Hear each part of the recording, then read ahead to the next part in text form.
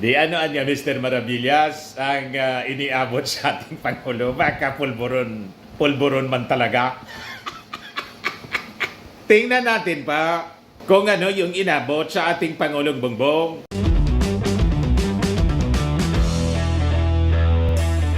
Ito naman po yung bago naming product na binibenta online. iGlow Serum Whitening po siya. Tingnan ninyo yung epekto sa aking anak na architect before and now. Yung mga inquiries po ninyo, dumiretso na lang kayo sa kanyang Facebook account, Riz Maravillas. Pagkalat na naman mga kababayan ng fake news, yung mga DDS vloggers. Ano naman niya, Mr. Maravillas, na fake news? May video na naman po na pinapakalat, na pinapalabas during the occasion po ng National Convention ng Bagong Pilipinas Alliance, yung launching ng 12 senatorial candidates ng administrasyon po, na mismo yung ating Pangulong Bongbong Marcos ang nag-endorse, nagpakilala sa kanila, yung Magic 12 ng administration candidates. May inabot anyang kung anong bagay sa ating Pangulo. Yung isa sa mga nandun, pinalalabas po, pulburo na naman po. Ipakita ko po sa inyo yung video. Nag-viral po. Pag chismis na talaga po, marites na mga video, nagba-viral kaagad. Ang hilig po ng mga netizens sa chismis. Kaya yung mga fake news po, parang wildfire ang pagkalat. Pero pag totoo yung kwento, hindi masyado nagba-viral. Ito po yung pinapakalat. Ano daw yung iniabot na puti, DDS peeps are claiming these drugs. Yan o. Umabot na mga kababayan sa 148,000 views, 1,300 reactions. Ang titulo po, ano itong inabot? Talaga mga tao, kaya ang dali pong maloko ng ating mga mamamayang Filipino. Kasi napakahilig tayo sa napakahilig natin sa mga marites na kwento. Ito siya, mga kababayan, yung pinapaviral nila po. Panoorin natin, tingnan natin kung ano to. Ayan may inabot. Ayan Tapos, sabay selfie sa ating Pangulong Bongbong, yung naka-red. Ayan Short video clip lang po. Yan Inuulit-ulit lang nila, mga kababayan. Yan may inabot. Yan At kinamayan yung ating Pangulo. Sabay selfie.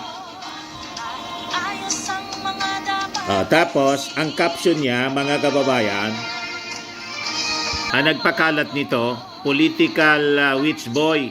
Ano itong inabot? Yan Ilang seconds lang siya, mga kababayan, inuulit-ulit lang para mag-create ng curiosity at duda. Gustong siraan talaga yung ating Pangulong Bongbong, mga kababayan. Gusto nilang palabasin na yung Pangulo talaga pong nagpupulburon. Di ano niya, Mr. Maravillas, ang iniabot sa ating Pangulo. Baka pulburon man talaga. Tingnan natin pa kung ano yung inabot sa ating Pangulong Bongbong.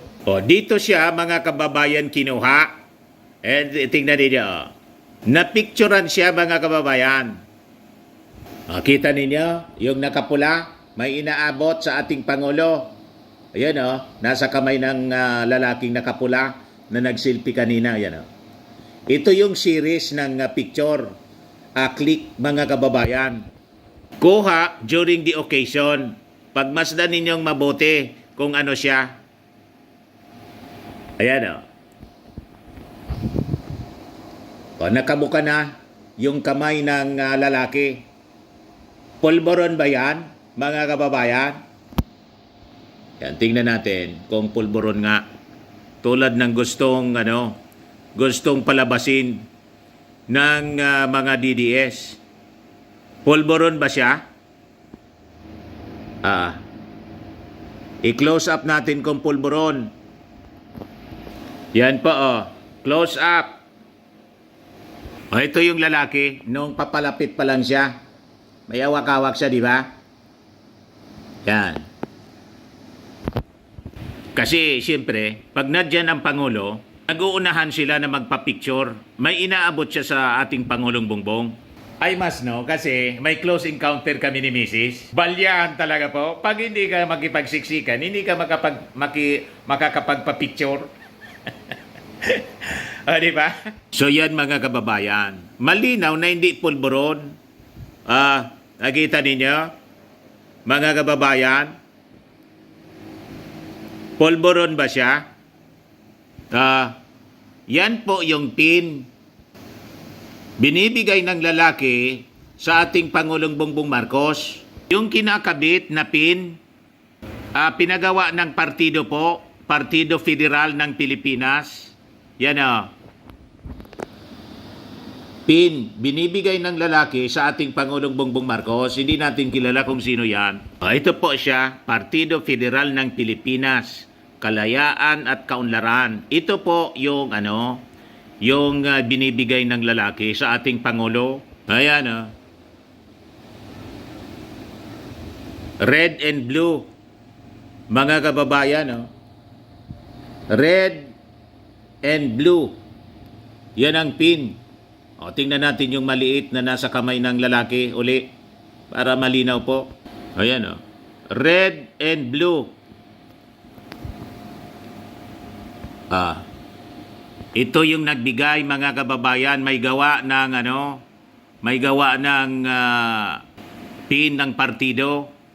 Yan sabi niya, today at the inauguration of the 17th of President of Republic of the Philippines, I am honored to see the presidential Philippine flag pins worn by President Ferdinand Marcos Jr. and President Rodrigo Duterte, as well as the first family officially crafted and manufactured by El Oro Medallic Engraver Corporation. Congratulations to our new president. Sila talaga ang tagagawa. Sila din ang gumawa ng previous administration. Pati ngayon, sila din ang nagawa. Nakita na ninyo mga DDS? Ilig ninyo mag-fake news. Ito siya, mga kababayan. Ulitin natin May ibinigay sa ating Pangulo na sinasabi pulburon daw, sabi ng mga DDS. Yan tapos, ibinulsa ng ating Pangulo. Sinasabi, binigyan niya ng pulburon. Yan. Kinuha ng ating Pangulo, tapos binulsa muna. Tapos, diretso na. Alam niya kasi, mga kababayan, kung ano yon. Kasi, ipipin niya yon, mga kababayan, sa okasyon nga po ng launching ng yung National Convention pala ng partido, alyansa, bagong Pilipinas Alliance. Sunugan niya agad, Mr. Maravillas. Saan mo niya, Mr. Maravillas, nakuha yung video? Yung mga picture ng video yun, mga kababayan, pinadala sa akin mismo. May direktang contact nga tayo sa Presidential Communications Office. Kasi, nagpakalat na naman po ng fake news yung mga taga-nausog. Baka may maniwala na naman po. Tulad ng fake video yung pinakalat po na pulburon. Pagdating ng oras ng examinin po ng mga experts doon sa India, confirm, fake nga. You see? Ito yung full video, mga kababayan noon. Ito siya. Ito yung lalaking nagbigay. Ayan. Ayan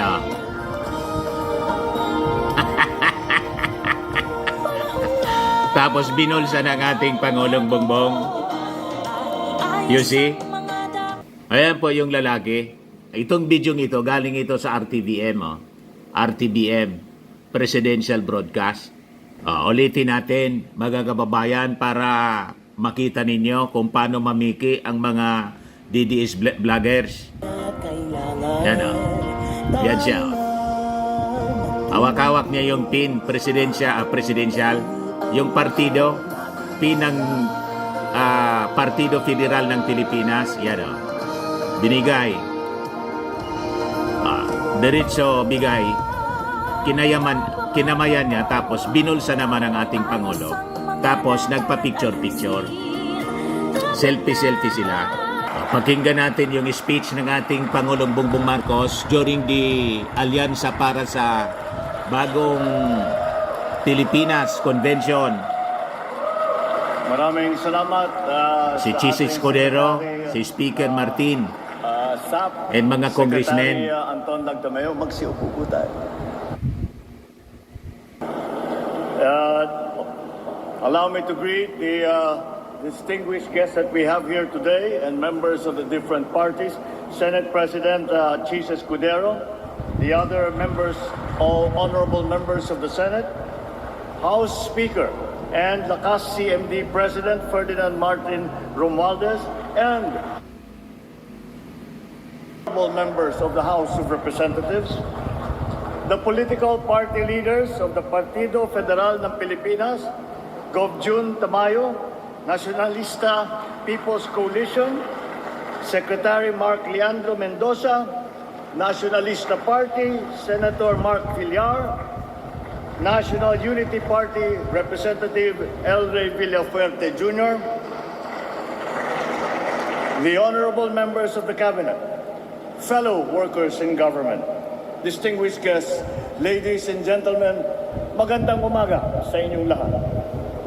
Hindi pangkaraniwan ang pagtitipon ngayon dahil ito ay pagkakataon para ipakita natin ang kahalagahan ng pagsasama-sama at ng pagkakaisa para sa kaunlaran, para sa pagbabago, para sa magandang kinabukasan nating lahat. Ang sabi nila, ang halalan daw ay panahon ng pagkakabitak-bitak, pagsisiraan, pagkakahati-hati. Subalit kabaliktaran po ang inilulunsad ng ating alyansa. Sapagkat ito ay isang kilusambayan na magbubuklod sa pinakamalawak na puwersa ng mga nagmamahal sa inang bayan, na ikakampanya ang isang programang pangkaunlaran na walang naiiwanan. Kahapon siya mga kababayan, 26. Ang 12 magigiting na Pilipino na may taglay na sipag at galing para maging pinuno. Tangan ang prinsipyong makatao, makadiyos, makabansa. Titindig para sa interes ng bayan at sa kapakanan at karapatan ng bawat isang Pilipino. Sa aking pag-endorso, ang tanging hiling ko ay mapanatili ang kanilang katapatan at pagmamahal sa bansa. Ito ang pinakamahalagang katangian ng kandidato na aking tinitignan at pinag-iisipan. Kaya naman, mga kababayan, ang mga sumusunod na individual ay kilala natin sa kanilang kasanayan at sa kanilang serbisyo publiko. Ang una sa ating hanay ay matagal na naging alkalde ng progresibong lungsod ng Mandaluyong. Hinalal din siya bilang kongresista at ngayon siya ay ang maagap at mabisang kalihim ng DILG. Mga kababayan, ang ating Mr. Gawa, Hindi Salita, Secretary Benher Abalos. Yan ang gusto ko. Yan muna ang una kong napili, mga kababayan, si Benhur Abalos para senador. Ang susunod naman ay sumabak din sa Kongreso.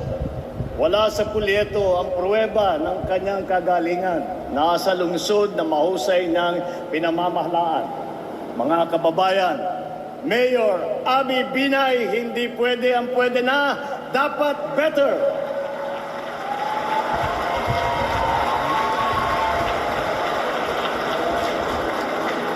Ang susunod naman po ay kinikilala po natin na kumpanyera. Siya rin po ay walang pagod na kampanyera para sa kalusugan ng mamamayan, edukasyon at kabataan. karapatan ng mga kababaihan. She is a lawyer, an economist, athlete, and a mother. Senator Pia embodies what it means to be a Pinay in action. Mga kababayan, Senator Pia Cayetano.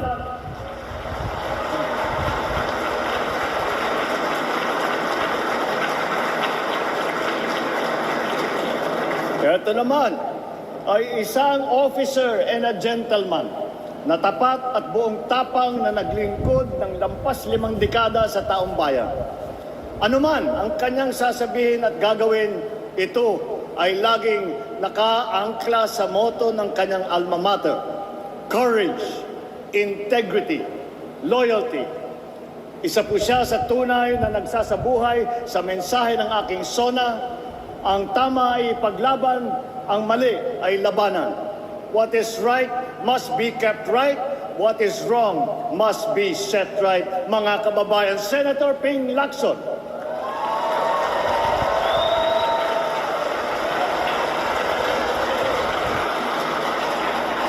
Kalaban niya dati sa pagkapangulo Sanay rin mambabatas ang 2022. susunod sa ating lineup. Nahasa bilang vice-gobernador na Sumama ngayon ay na nasa sa Senado. Naging alyansa. gobernador din ng lalawigan niya ng Pampanga.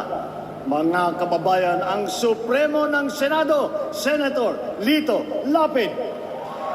Si Supremo.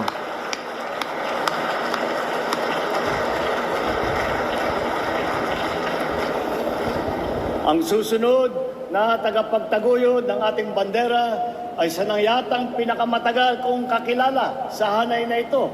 Siya ay walang iba kundi ang aking kapatid, ang aking atay, si Manang Aimee. Nasa dugo na po namin na manilbihan sa kapwa at ang pagmamahal sa bansa.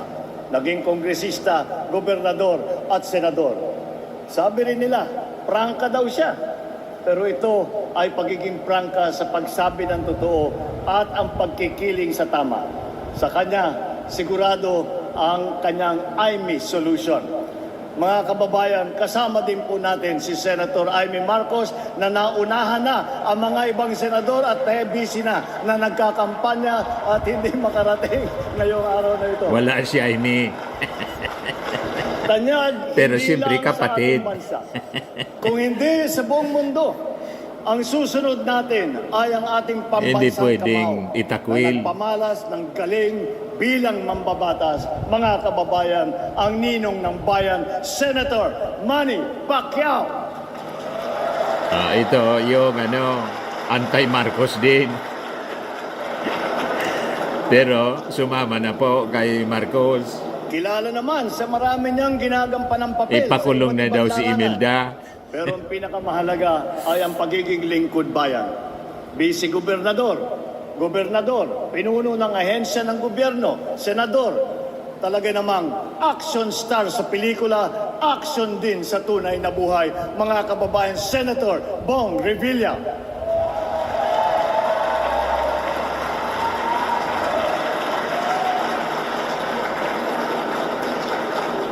Ang ating susunod ay nakapaglingkod ng 24 na taon bilang senador. Kasama natin sa paglalakbay tungo sa maaliwalas na bukas. Mga kababayan, hindi na po nangangailangan ng introduction ang dating Senate President Tito Soto, maaasahan ng pamilyang Pilipino. Tito Sen. Ito sana yung iboboto kong vice presidente. Sabi ko matatalo lang, si Inday Ito na lang. naman ang Big Brother. na Nagkamali inyong tayo masasandalan. kay Inday. Naging mayor ng Tagaytay. Puno ng MMDA. In-endorse kasi Ay, ng ngayon ate, naman kayo ni ay Tim kasi ng senador. Pangulo. Mga kababayan, Kaya Senate binoto ko na lang. Majority Leader Francis Utol Tolentino, tol ng bawat Pilipino. Ito lumipat. Digong ito. Nag-abandon ship sa PDP. Ang susunod kong ipapakilala sa inyo ay isang public servant na noon ay madalas kong masabihan na ang ama ng saklolo. Kasi ang unang bukang bibig ng mamamayan ay itulfo mo. nangihilbihan bilang kalihim ng DSWD na ngayon naman ay membro ng Kongreso, mga kababayan, Congressman Erwin Tulfo, kakampi ng inaapi.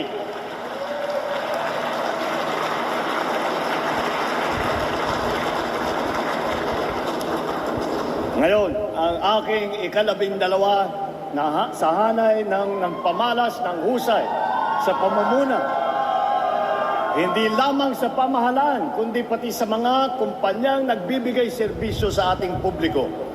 Mga kababayan, Deputy Speaker Camille Villar, ang bagong boses para sa bagong bukas. Maraming fans. Naghakot siguro siya, no? ng mga supporters para may taga-sigaw. Ika nga, may kanya-kanya Camille tayong Villar. abilidad para mapabuti ang ating bansa. Ngunit, kung tayo ay sama-sama nagbubuklod, mas mapapadaling matupad ang ating mga adikain para sa isang mas magandang bukas. Nasabi ko na rin dati na marami tayong sanay at hasa sa serbisyong publiko. Hindi na po ito bago sa atin. Wala po sa ating hanay, 8 po sa ating hanay ay veterano na senador: Cayetano, Lacson, Lapid, Marcos, Pacquiao, Revilla, Soto at Tolentino. 7 ang may karanasan sa Kongreso: Abalos, Binay, Cayetano, Marcos, Pacquiao, Tulfo at Villar.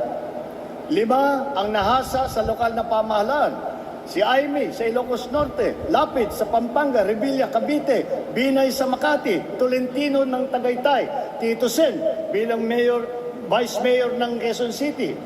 4 din sa kanila ay nagsilbi bilang miyembro ng kabinete: Abalos sa DILG, Tulfo sa DSWD, Lacson ng Yolanda Rehabilitation Commission, Tolentino sa MMDA.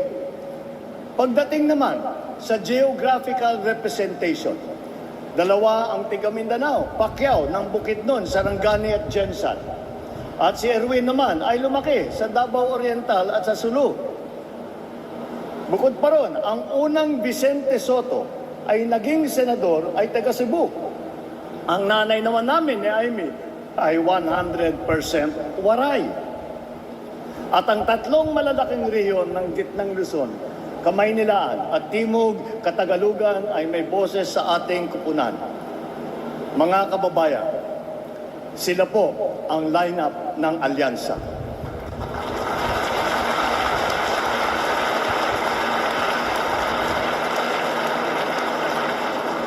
Sa kanilang kalidad at karanasan, mataas ang aking kumpiyansa na sila ay ating magiging katuwang sa ating pagsulong at sa patuloy na pag-unlad ng ating bansa. Atin po sila ay samahan at suportahan. Mabuhay po kayo, mabuhay ang ating lineup, mabuhay ang bagong Pilipinas. Yan po ang alyansa ng pagkakaisa. Huwag matulad sa unity ni Inday. Di ba? Sa mga naghanap ng malinis and spacious fitness gym, pumunta lang po kayo sa aming Colossal Fitness Gym. We also offer Grab Car Rental with our brand new 2023 model ng Toyota Innova. We also accept booking for those who are planning to travel via PAL, Cebu Pacific, and other airline companies, local and international, and bills payment for Meralco Bills, PLDT, Aleco Bills, etc. Ang Colossal Fitness Gym is located at 3rd floor Security Bank Building, Landco Business Park, Legazpi City, Albay. For inquiries, look for Chilon Maravillas. Contact number 0966-802-0949. Yan yung aming Innova. Lagi na pong matao sa amin. Pati mga foreigners po, tingnan ninyo. Mga British tourists sila. Ang lalaki ng katawan na, mga kababayan, nag-gym sa amin. Ito naman po, Indian National. Ito mga mga European sila. Ito naman yung bago naming product na binibenta online, iGlow Serum. Whitening po siya galing sa South Korea. Tingnan ninyo yung epekto sa aking anak na architect entrepreneur, Riz Maravillas. For inquiries, look for Riz Maravillas on FB. Ito naman po, Firmax Framing and Lifting Cream. Pinapahid po ito sa mga pulses and affected area. Mainam po ito sa mga pains at paninigas na mga kaso-kasuan. Ito po, Automax Radiant Serum. Sa mukha naman yung application. Anti-aging po siya. You will look 10 years younger than your age. Sa mga cancer patients naman po, baka lang gusto ninyo itong itry. Name siya Red Mix Fruit Drink. Hindi man po siya gamot, food supplement siya. Kaya lang, gawa siya mga kababayan sa goji berry. Yung goji berry may anti-cancer properties. Yung mga inquiries ninyo, dumiretso na lang kayo sa aming messenger sa Facebook para masagot namin agad. Ayos po. Ako po si Dante Maravillas. Bye-bye. God bless.